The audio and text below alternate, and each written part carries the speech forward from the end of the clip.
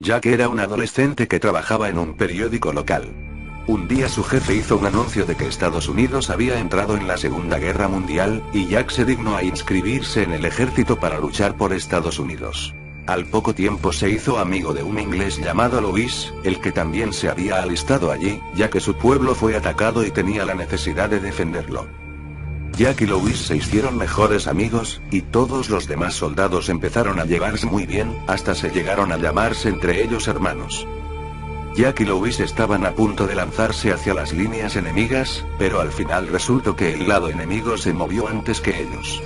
Un gas venenoso fue arrojado alrededor de la base, provocando que Jack se quedara ciego. Durante el alboroto, Louis recibió un disparo. Ambos fueron enviados a un hospital a unos pocos kilómetros de distancia. Mientras en el hospital, Jack empezó a llorar por el dolor que sus ojos le causaban, por lo que los médicos tomaron una medida drástica y le quitaron los ojos. Aún estando ciego, Jack se negaba a abandonar a su preciado amigo. Louis estaba siendo atendido por una enfermera llamada Betsy, quien nació en Estados Unidos, se trasladó a Noruega, y fue a ayudar a los soldados heridos de enfermera. Pero un día después de esto, la enfermera no pudo salvarle la vida. Louis agarró la mano de Jack pero unos minutos después la soltó, y dio su último aliento en esa cama, como si se fuera a dormir.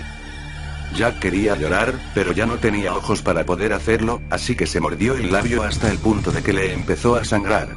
Luego los médicos apartaron el cuerpo de su amigo y lo llevaron a enterrar. Jack se quedó durmiendo en esa habitación durante unos 3 días. Al día siguiente el médico le leyó un telegrama de Betsy, diciendo a dónde habían enterrado los cuerpos de los soldados muertos. Jack fue allí y encontró el lugar donde fue sepultado Louis. Jack se despidió, luego volvió a su hogar, en Estados Unidos. Él es Jack Fanner, pero solo más tristeza le esperaba allí. Cuando llegó, su madre lo recibió con lágrimas al ver que él ya no tenía ojos. Luego Jack le preguntó si algo más había ocurrido para que estuviera así, siendo ella normalmente tan alegre y llena de tanta energía. Entonces ella dijo que Marcos, el hermano de Jack, quien trabajaba en una fábrica, había muerto a causa de unas partículas que había impregnadas en el aire. Jack quiso llorar por la pérdida de su hermano, pero sin siquiera pensar en eso, una semana más tarde lamentó la pérdida de su madre, que se dice que probablemente murió por esa gran tristeza. Jack se había quedado solo ya que su padre murió de tuberculosis cuando él solo tenía 5 años.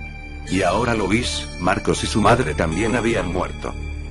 No había nadie allí para guiar a este hombre ciego, para consolarlo, siquiera para darle algo tan importante como un abrazo. Una noche, Jack caminó alrededor de su antigua habitación hasta que llegó a un viejo escritorio de madera donde guardaba un arma. Estaba cargada y lista para disparar, por si en algún momento entraba un ladrón y tratara de hacerle daño a él o a su madre. Pero ya ella se había ido, solo había un uso para ese arma ahora. Jack abrió la boca, y apuntó con la pistola en la garganta y apretó el gatillo. Sus cuerdas vocales y la tráquea fueron destrozadas en un milisegundo. Su cuerpo sin vida cayó al suelo, pero para su sorpresa, seguía vivo. El destello repentino de los disparos le habían provocado algo en su mente que le hizo olvidar todo lo que le había ocurrido antes de su muerte. Estaba confundido en cuanto a por qué lo había hecho. Incapaz de escapar, se quedó en la casa esperando una respuesta, hasta que al ver las fotografías de la Segunda Guerra Mundial, de los soldados y lo demás, le hizo recordar todo de nuevo.